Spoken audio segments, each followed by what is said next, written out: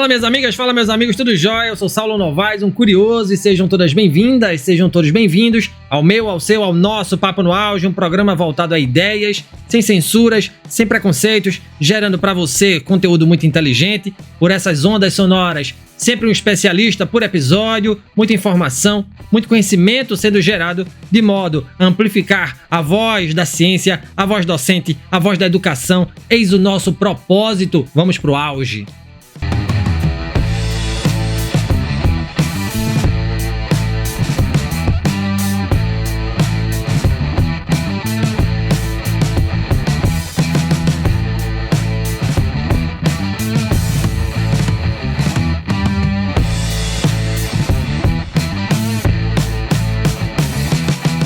A teologia do domínio, também conhecida como domionismo, é uma corrente teológica que afirma que os cristãos têm um mandato divino de governar todas as áreas da sociedade, incluindo política, economia e cultura.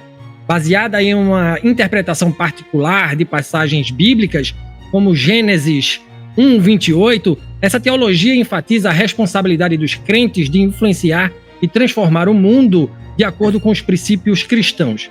Os defensores dessa visão acreditam que a aplicação dos valores bíblicos pode levar à restauração da ordem divina na Terra. No entanto, a teologia do domínio é objeto de controvérsias e críticas, especialmente no contexto do pluralismo religioso e da separação entre igreja e Estado.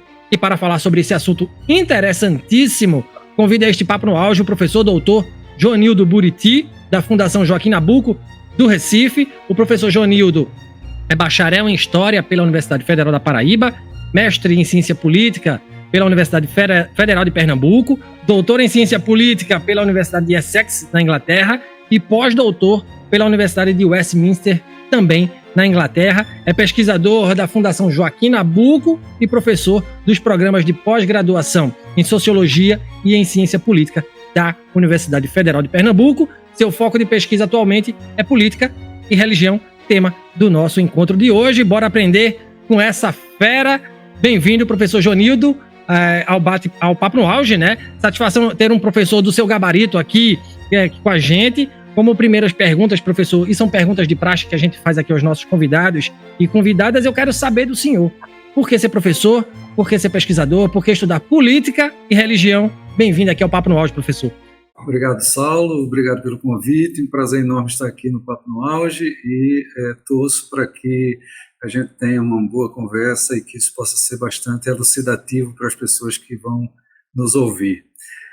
Veja, eu nunca me planejei para ser professor nem pesquisador, isso foi uma coisa que realmente aconteceu.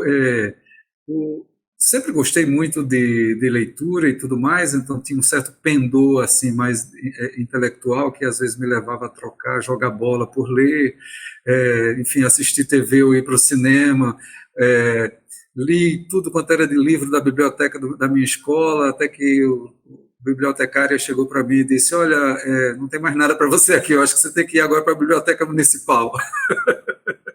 Então, e muito cedo na vida eu comecei a dar aula em função de que eu estudava inglês e surgiu uma oportunidade por um colega de cursinho de inglês, de dar aula de inglês em uma escola onde ele também trabalhava. E assim eu acabei entrando nesse mundo do ensino, depois veio a universidade e fui fazer um curso de História, que obviamente pela sua orientação, dificilmente vai nos levar para outros lugares a não ser a educação, né? E então me tornei professor. Não sabia o que eu não sabia nem que existia essa função de pesquisador. Eu descobri isso, na verdade, quando fui convidado para ser pesquisador na Fundação Joaquim Nabuco, lá pelos anos 80, final dos anos 80, e quando de fato comecei mais a minha vida profissional, tentando combinar o ensino e a pesquisa. Né? O tema da religião sempre foi o meu tema de interesse, foi um tema que existencialmente me envolveu muito na minha adolescência. Eu me tornei adolescente nos últimos anos da ditadura, então um momento em que começava a emergir bastante a posição de oposição, mobilizações de rua, etc., críticas da ditadura, e aquilo me atraiu por razões que eu não consigo explicar, já que eu vinha de uma família bastante conservadora, militância política zero, completamente nula, e eu, então, enfim, passei por movimento estudantil, tive meus momentos de militância partidária não filiado, na verdade, mas assim como fellow traveler, como acompanhante, né, de colegas e de amigos filiados, e isso me gerou bastante o interesse de entender e também de contribuir para a compreensão desse vínculo entre religião e política. Muito show. Que bela trajetória, professor. Que bela trajetória. Obrigado por o senhor estar aqui com a gente, falando sobre ela, né? E falando também sobre esse assunto que a gente vai entrar agora, nesse exato momento, né? Mas antes, né, da gente falar sobre o que é a teologia do domínio, tá? Eu quero perguntar o seguinte, professor. Por que política e religião andam aí tão juntinhas, né? Por que esses dois conceitos em países como o Brasil, marcado pela catequização cristã desde 1500, de mentalidade de país colonizado, de subserviência, de capitalismo tardio, essa junção tem um eco retumbante nas relações sociais? Veja, esse é um longo tema, né? Na verdade, eu parto de uma leitura de que religião e política não são nem instituições, né, e nem domínios separados da vida social. São dimensões da vida social com uma longa história. A história da política e a história da religião são praticamente, digamos, simultâneas, cruzadas de muitas maneiras.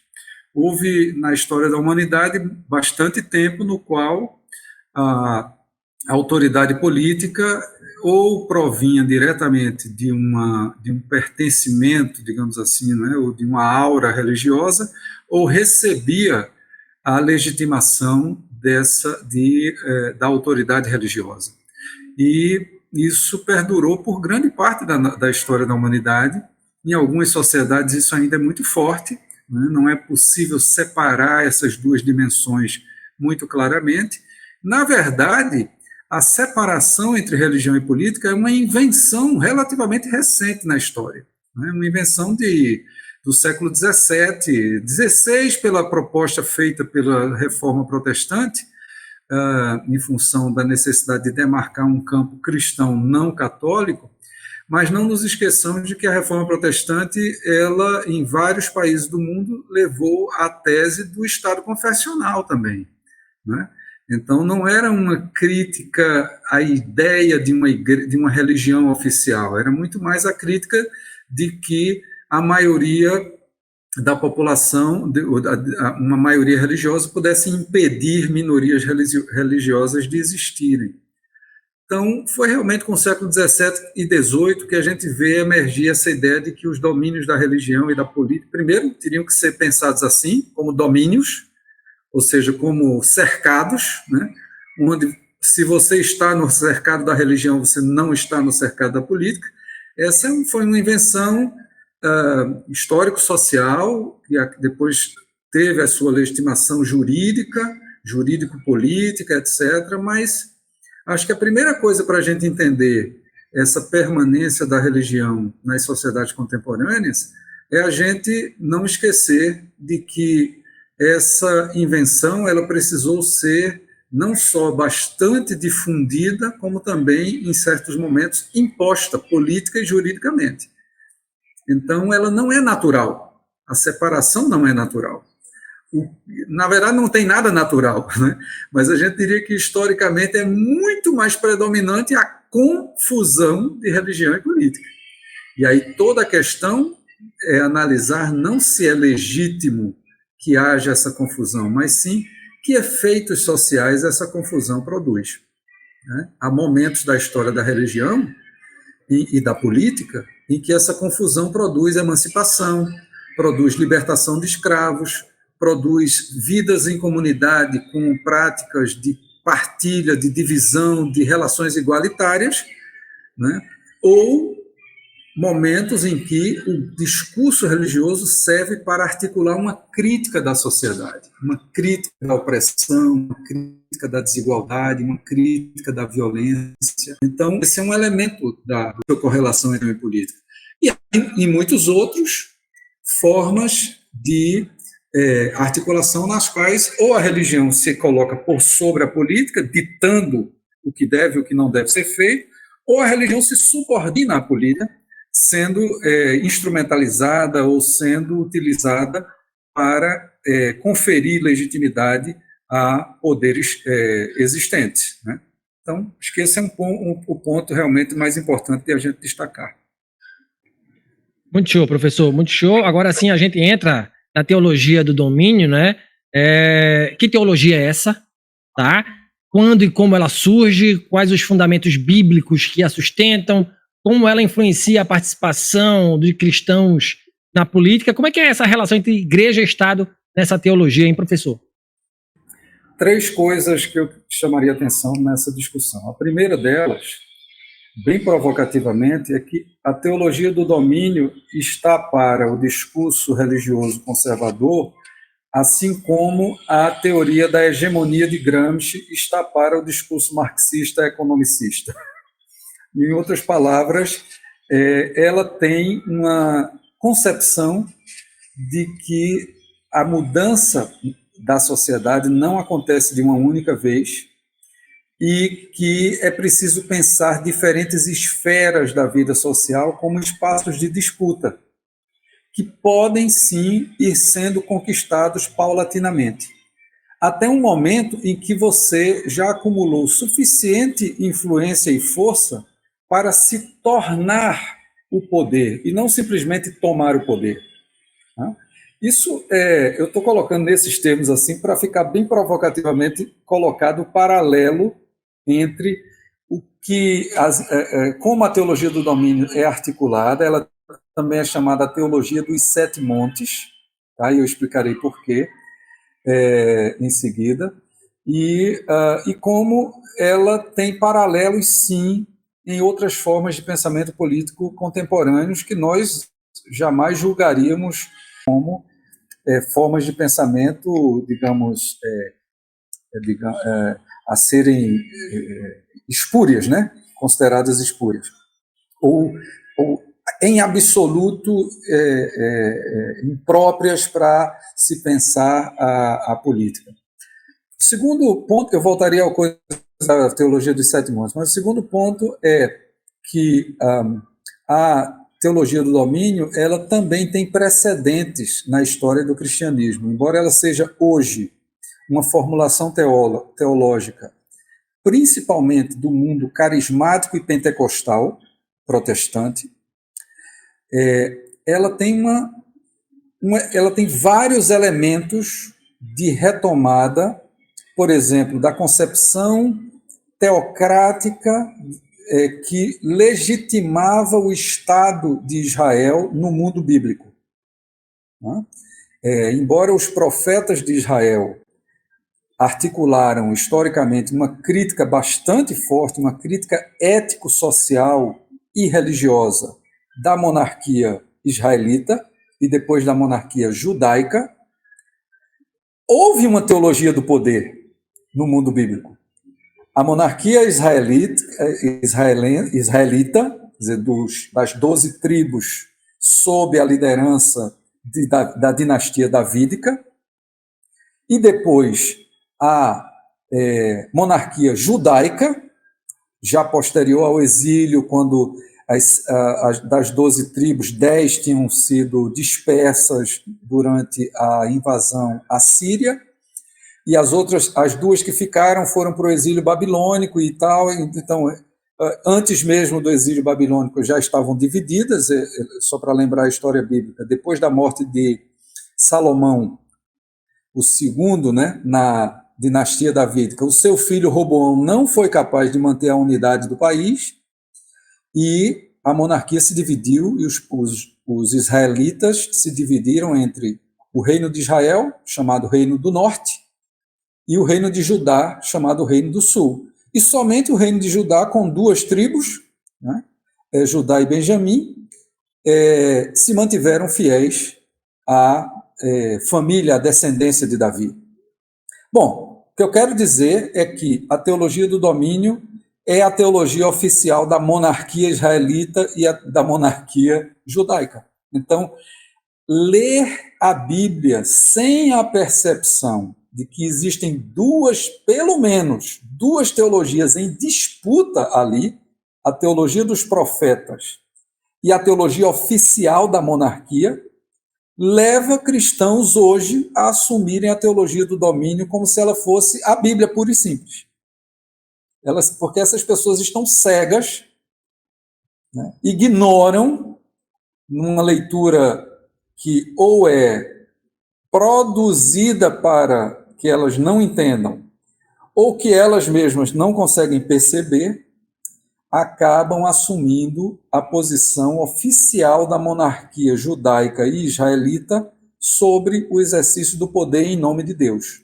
Portanto, teocracia, né? Então, esse é o segundo ponto, né? E a gente também teria na cristandade, na ideia de cristandade, amplamente desenvolvida no catolicismo medieval, né? Uma outra maneira de pensar a teologia do domínio. Nesse caso, é a própria igreja quem assume a autoridade política, né? Ela pode dizer que delega aos reis, que delega aos suzeranos e tudo mais, mas quem exerce o poder político na Europa medieval é a igreja. Isso é um pouco diferente da teologia do domínio que eu acabei de mencionar no mundo bíblico do Antigo Testamento, né? Agora, seja na Bíblia, seja fora da Bíblia, tem outras teologias no mundo da revelação cristã que disputaram séria e duramente com essa concepção. No mundo, já mencionei a teologia profética, no mundo do Antigo Testamento, que curiosamente é responsável por 2/3, pelo menos, da literatura do Antigo Testamento. Então eu acho impressionante como se consegue aderir à teologia monárquica quando 2/3 do Antigo Testamento é de crítica da teologia monárquica. Mas é assim que acontece. E na história da igreja, múltiplas formas de pensamento crítico, a começar pela própria prática de Jesus de Nazaré, e depois dos primeiros cristãos, os primeiros séculos, antes da igreja se tornar a igreja do Império Romano, né? Então, esse fecha o meu segundo ponto. E o terceiro ponto, me parece, é precisamente a contemporaneidade da teologia do domínio, né? Ela é uma teologia, como eu já mencionei logo no começo do meu comentário, que, e você na própria pergunta, né, colocou isso muito claramente, eu concordo, né? Ela atribui aos cristãos um direito de governar. Ela parte do princípio de que Deus deu aos cristãos o domínio do mundo, né? O controle do mundo. E se esse controle não está ainda na mão dos cristãos, ele deve vir a estar.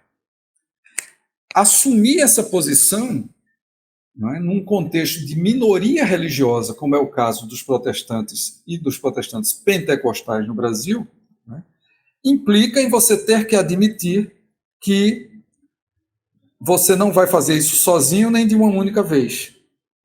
E aí uma das variantes dessa teologia do domínio, que na sua forma mais crua, corresponde àquela frase clássica do pentecostalismo que a gente ouve tantas vezes: eu te pus por cabeça e não por cauda. É uma leitura muito enviesada de uma frase do Antigo Testamento, né, em que Deus faria uma promessa a Israel de que Israel teria sua autonomia, teria sua terra, teria sua liberdade, teria sua prosperidade. Deus colocou Israel para viver livremente e não como escravo.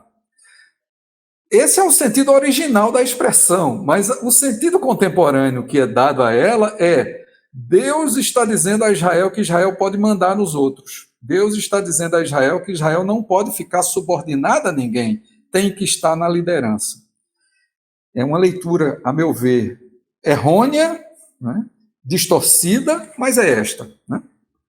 Então, se eu te pus por cabeça e não por cauda, não porque eu quero que você seja um povo livre e não um povo escravo, e sim porque agora se entende que eu quero que os cristãos mandem no mundo, né? E não simplesmente sejam governados por quem não é cristão ou quem não é evangélico pentecostal, isso leva digamos, ao setor mais direita propriamente dita da teologia do domínio, extrema direita. Os extrema direita evangélicos são aqueles que pensam a teologia do domínio como uma autorização de mando para os cristãos exercerem no mundo, independentemente de serem maioria ou minoria. Quando são maioria, impõem-se sobre as minorias. Vimos isso acontecer no Brasil de Bolsonaro. Quando são minoria, defendem a ditadura, como aconteceu, por exemplo, na Guatemala com Efraim Ríos Montt, que, a despeito de ter sido colocado no poder por um golpe perfeitamente secular, tentou transformar o seu governo num governo religioso-militar, em que ser ditador era a forma como Deus estaria libertando a Guatemala dos seus males. Né? E hoje há outras figuras seguindo nessa direção. Né?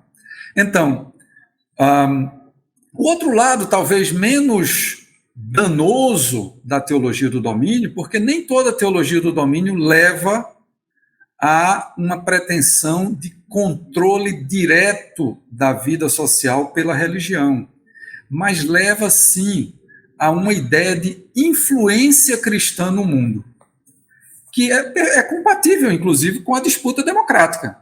Tá? Quer dizer, eu sou cristão, tenho valores X, quero ver esses valores prevalecendo na sociedade em que eu estou, eu vou a público para discutir, para convencer, para disputar eleições, para tentar emplacar um projeto de lei, etc. Nesse nível, eu não vejo uma ilegitimidade total na teologia do domínio, essa vertente da teologia do domínio, que é uma vertente influencista. Ela acha que o mundo inteiro é de Deus e, portanto, nada do que existe no mundo estaria fora da possibilidade de ser influenciado, alcançado por valores e por práticas associados à revelação divina. Então, a teologia dos sete montes, nesse sentido, ela tende a ser uma teologia de direita, sim, mas não necessariamente de extrema-direita, não necessariamente antidemocrática. Tá? E essa é a ambiguidade, talvez também a fonte do apelo da teologia do domínio para muitas pessoas. Ela parece uma coisa legal. Os cristãos vão usar os seus valores do bem para influenciar o mundo para o bem. Beleza. Agora, de influenciar o mundo para o bem a determinar por lei, pela força dos cacetetes e armas dos policiais, o que é legítimo à sociedade e a quem, inclusive, nem cristão é, esse é um problema muito sério, e neste problema incorre a vertente extrema-direita da teologia do domínio. Sensacional. Veja, nessa brincadeirinha de mando, né, de dominus, de dono, né, eu pergunto ao senhor, né, em que medida a teologia do domínio é uma ameaça à democracia? Dá para associá-la, né? O senhor já fez isso, né? Sim, a extrema-direita, né? Ou essas ideias nacionalistas, xenófobas, racistas, fundamentalistas, né, professor? Só para a gente pavimentar. Claro, com certeza. Veja, contextualmente, aí a gente precisa dizer, essa teologia do domínio que nós temos amplamente circulante no Brasil, ela já existia, já circulava, digamos, nas igrejas, mas ela não era articulada como parte, digamos, de um programa de atuação, de presença política, e muito menos um programa de implementação de uma ideia muito curiosa de maioria cristã, como foi construída durante os anos Bolsonaro pela direita evangélica junto com a direita católica. Tá? No contexto do bolsonarismo, a teologia do domínio foi claramente articulada e mobilizada na direção de defesa de valores profundamente antidemocráticos, antipluralistas, né, e ditatoriais mesmo, como eu mencionei antes. Quer dizer, a presença de evangélicos no golpe, na tentativa de golpe do dia 8 de janeiro, está documentada. Pastores e leigos, pastoras e leigas. Não é? Então, há sim e houve ameaça à democracia na articulação de uma concepção do domínio que, além desses aspectos sociopolíticos, também entende o domínio sobre a natureza como uma autorização para a exploração e a depredação dos recursos naturais. Então, se tem que privatizar a água, que se privatize a água. Se tem que explorar os recursos minerais, que se explorem os recursos minerais, porque segundo esse argumento, o mundo de Deus é um mundo de superabundância, e Deus nunca vai permitir que ele venha a se tornar caótico, como os defensores da crise ambiental o fazem. Mas essa é uma visão muito falsificada. Nós estamos, de fato, diante de um grave problema ambiental, e a teologia do domínio tem sido usada nas igrejas para justificar atitudes irresponsáveis do ponto de vista ambiental. Então, complementaria assim. Joia. E vamos falar de expoentes, então, né? O senhor já citou um, bem famoso, inclusive, né? Mas quem são os demais expoentes dessa teologia, né, que prima, por assim dizer, né, pelo domínio desses recursos naturais, pelo domínio, pela subjugação do Estado, professor? Veja, primeiro aspecto a salientar aqui é que a teologia do domínio ela se difunde no campo pentecostal, principalmente, mas hoje também em outras igrejas evangélicas, da maneira como muitas das doutrinas pentecostais se difundiram ao longo das décadas. Ou seja, ela não precisa de livros ensinados num seminário para se tornar objeto de aceitação das pessoas ou de compreensão pelas pessoas. Ela é pregada no púlpito. Ela é ensinada nas leituras espontâneas da Bíblia que as pessoas fazem nos grupos familiares. Ela é passada de pai para filho, de mãe para filhos, nos cultinhos domésticos. Né? Então, essa facilidade de difundir, sem grandes sistematizações, a ideia de que se o mundo é de Deus e eu sou de Deus, eu é quem devo governar o mundo, essa é a grande lógica da teologia do domínio. Isso pode ser ensinado por qualquer pessoa, não precisa ser um grande teólogo para passar essa mensagem adiante. Né? E entender os grandes personagens da Bíblia, os grandes personagens políticos da Bíblia, que estão quase todos eles no Antigo Testamento, né? Como sendo modelos para hoje, também ajuda a difundir esses valores da teologia do domínio. Agora, existem sim articuladores da teologia do domínio. No Brasil circula muito o trabalho de algumas dessas pessoas. Por exemplo, o ex-missionário norte-americano Peter Wagner. Esse cara foi um dos grandes sistematizadores da teologia do domínio, né? Junto com a teologia da batalha espiritual, junto com a teologia dos demônios territoriais ou nacionais, porque aí tem alguns complementos aí, né? Alguns módulos que vão se acoplando à teologia do domínio. Né?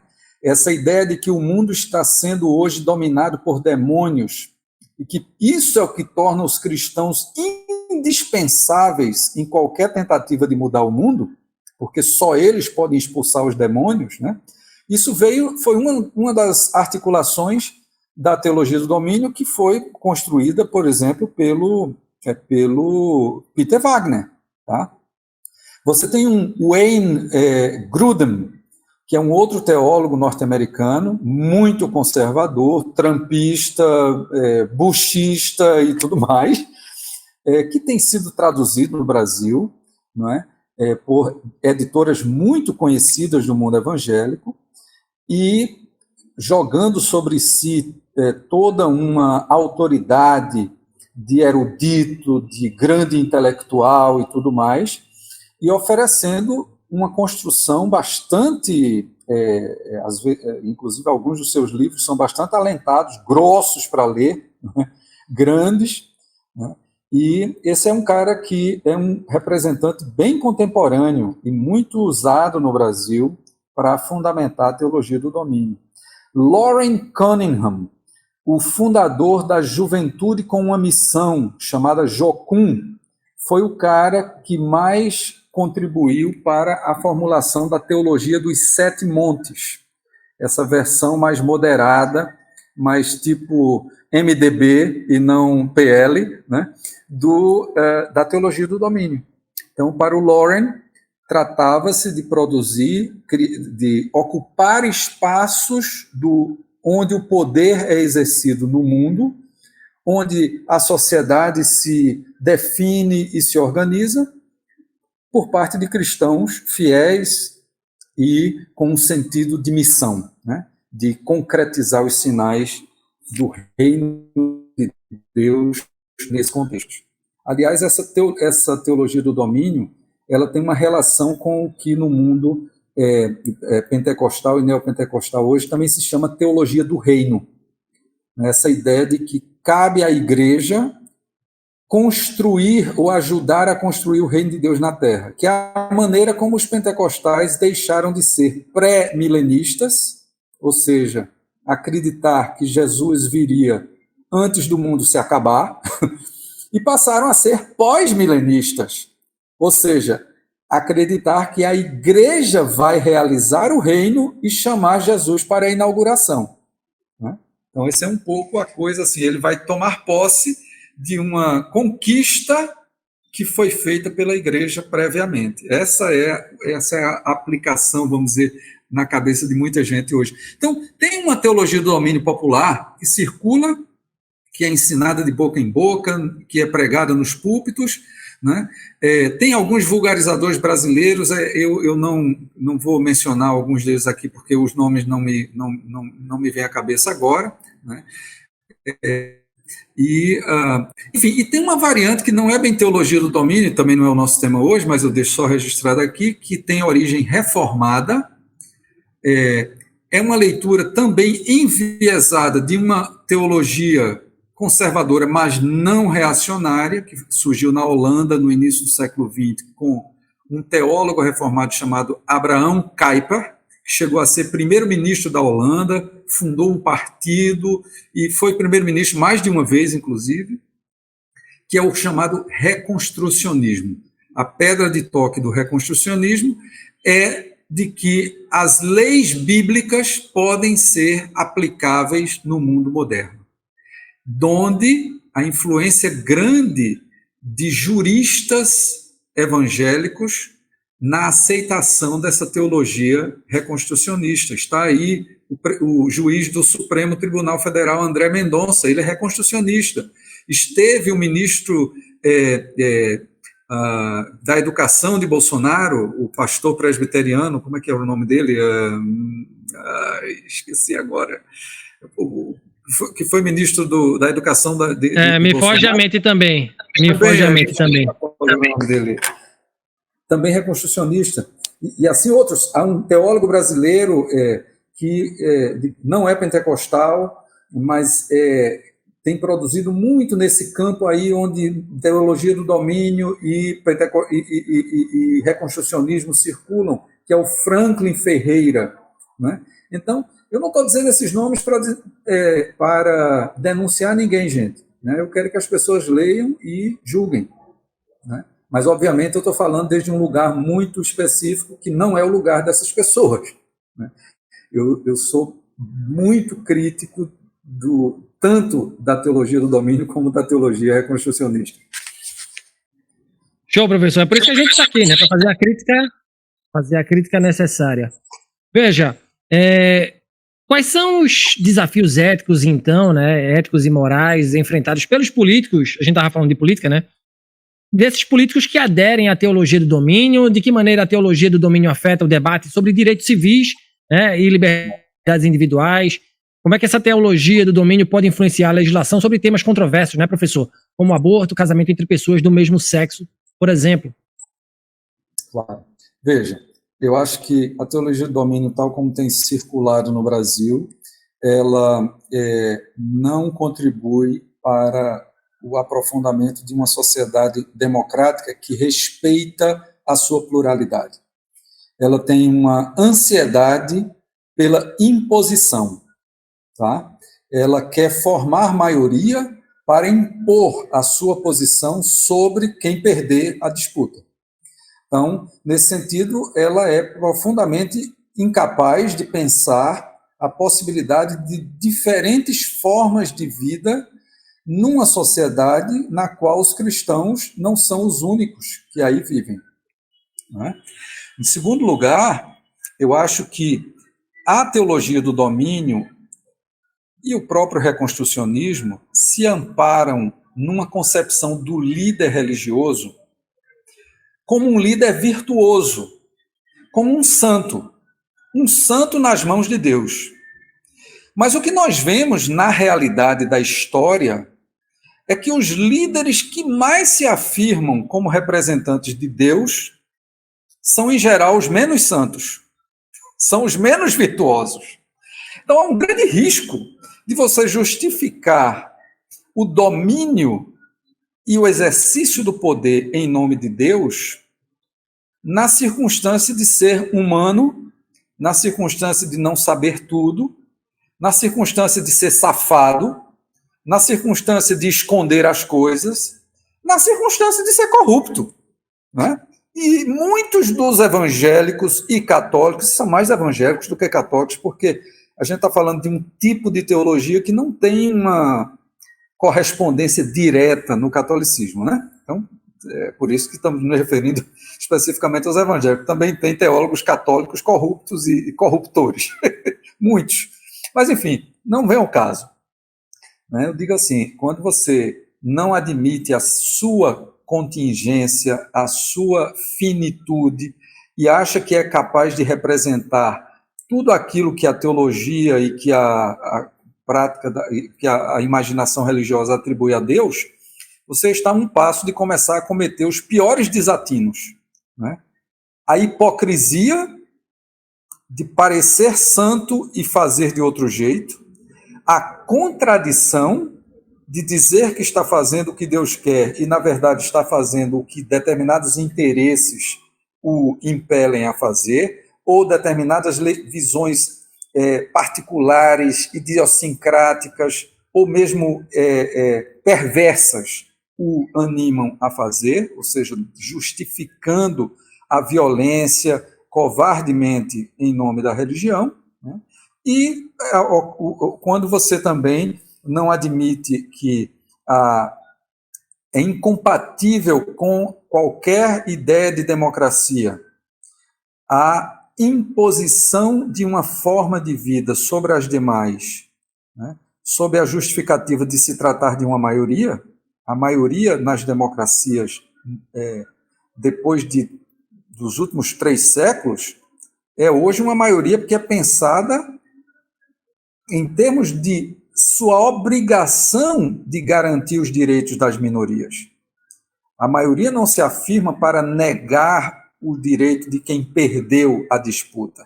A maioria simplesmente levou na disputa. Ponto. Não tem que estar impondo, nem prendendo, nem violentando, nem destruindo fisicamente quem perdeu a disputa.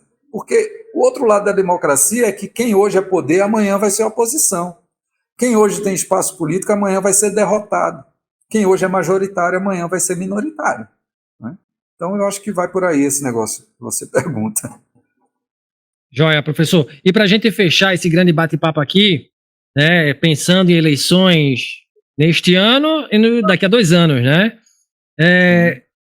Como o senhor enxerga a participação da teologia, do domínio no discurso e nas estratégias políticas dos postulantes a cargos públicos? Deus, pátria e liberdade serão um mantra ainda bastante usado doravante? Professor Joanildo, quais serão as estratégias em nome de Deus, hein? Pois é.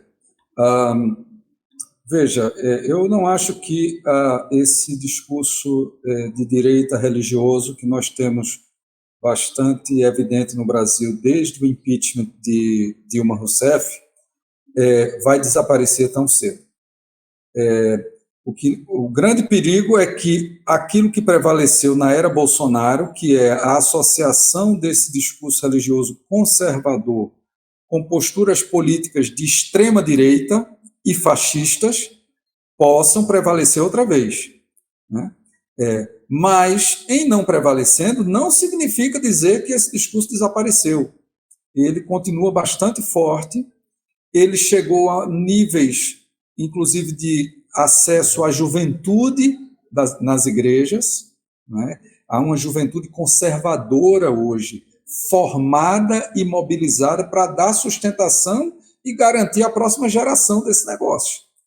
E os democratas, cristãos e não cristãos, vão hoje ter, e daqui para frente, o desafio de disputar o conceito e a aplicação da democracia com esse discurso aí, né?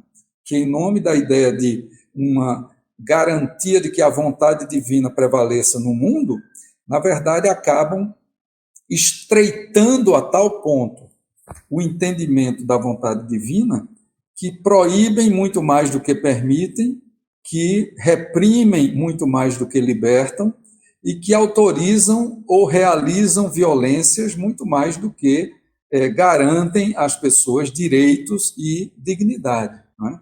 Então, nas eleições, nós vamos continuar ouvindo essas figuras aparecendo.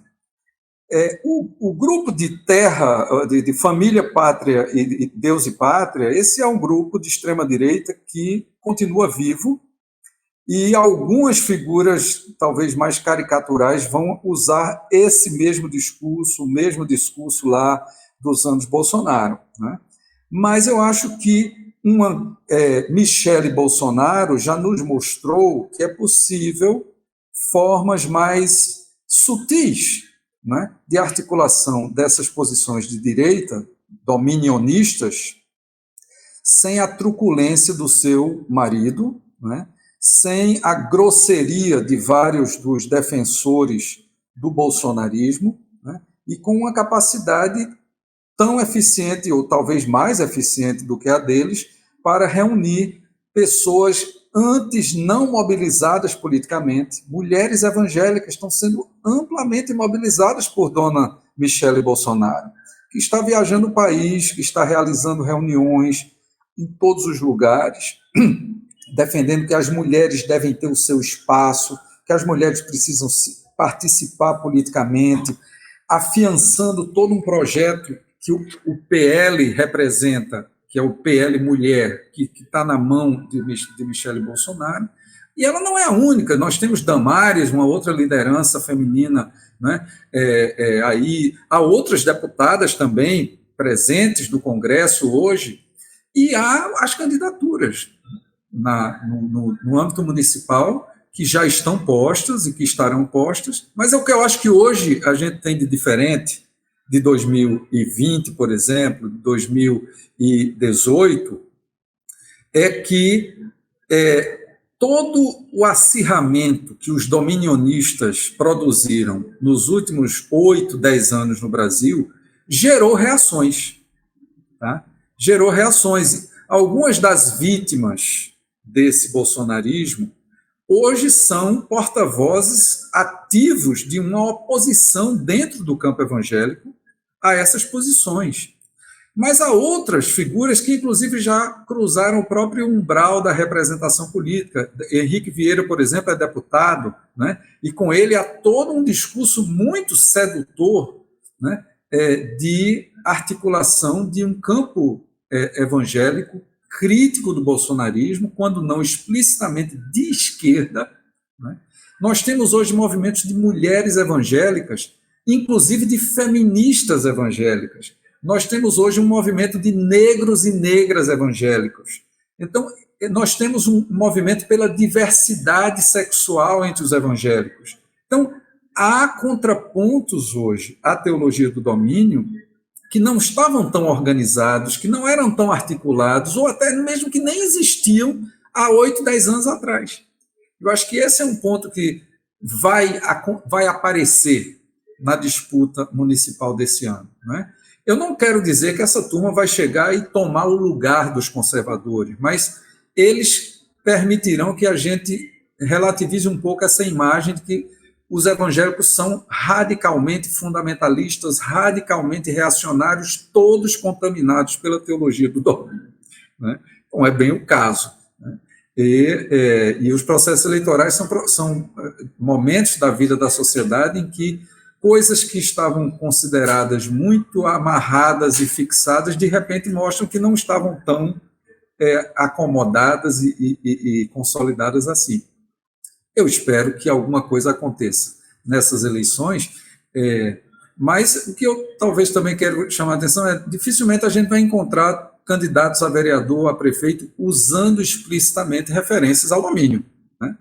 Eles vão talvez usar aqueles slogans, né, de os cristãos têm uma contribuição a trazer, os cristãos são uma força do bem, os cristãos estão aqui para defender a família, os cristãos estão aqui para combater a violência, os cristãos querem acabar com a fome, ou seja, todo mundo vira santo nessas horas, né?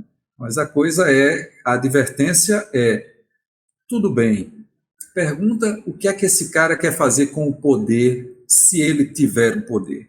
O que é que esta vereadora ou esta prefeita evangélica quer fazer e vai fazer com o poder se for eleita?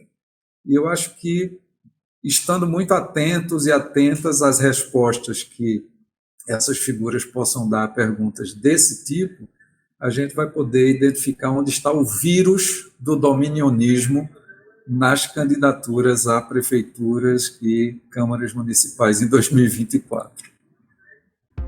Sensacional. E com esses questionamentos, professor, a gente chega ao fim deste epifânico Papo no Auge de hoje. Eu conversei com o professor doutor Joanildo Buriti, pesquisador da Fundação Joaquim Nabuco do Recife.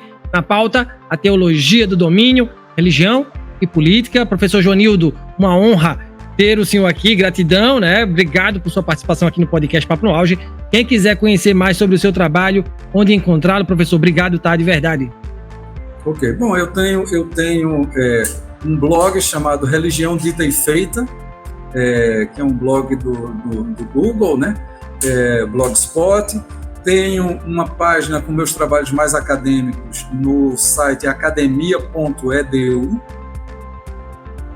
e num outro site chamado researchgate.net. Mas os dois têm as mesmas coisas, então quem tiver interesse de ler coisas que eu tenho escrito, as coisas mais acadêmicas estão no academia.edu e as coisas mais de ocasião, vamos dizer assim, estão no Religião Dita e Feita. E eu coordeno um grupo de pesquisa na Fundação Joaquim Nabuco, que é o LABERP, Laboratório de Estudos de Religião e Política. A gente tem um site no Medium, uma página no Medium, onde a gente também publica textos curtos de opinião de pessoas que estão desenvolvendo pesquisas, mas que têm a preocupação de se comunicar com um público mais amplo, um público não acadêmico, etc. Então, são trabalhos que são pequenos relatórios de coisas de pesquisas que estão sendo desenvolvidas dentro do LABERP, estão lá no Medium para quem tiver interesse. Obrigado, professor. E a gente vai divulgar também aqui junto ao nosso podcast. Obrigado de verdade, tá, professor? Grandes palavras arrebatadoras, eu diria. Valeu demais, professor. Obrigado. Maravilha. E se você gostou desse conteúdo, não esqueça de avaliar o podcast Papo no Auge nas plataformas de áudio e de vídeo. No Spotify, avalie o nosso programa conferindo as 5 estrelinhas. No YouTube, deixe o seu like. Em ambas, deixe o seu comentário. Assim você faz com que o nosso conteúdo atinja mais gente. Nas mídias sociais, nos siga no Instagram, @Papo no Auge. No LinkedIn, Saulo Novaes. Compartilhe nosso programa com a sua rede de amigos. Assim você alarga a inteligência coletiva. Estamos integralmente nos tocadores de podcast e no YouTube. Quer ser um parceiro do Papo no Auge? Então se associe ao nosso programa por meio da plataforma Catarse de financiamento coletivo ou via PicPay. Com planos mensais de 5, 10, 30, 50 e 100 reais, você se torna um membro do nosso podcast, concorre a muitos prêmios e nos ajuda a conversar com muitos professores mundo afora. Um grande abraço para todo mundo e bora pro auge.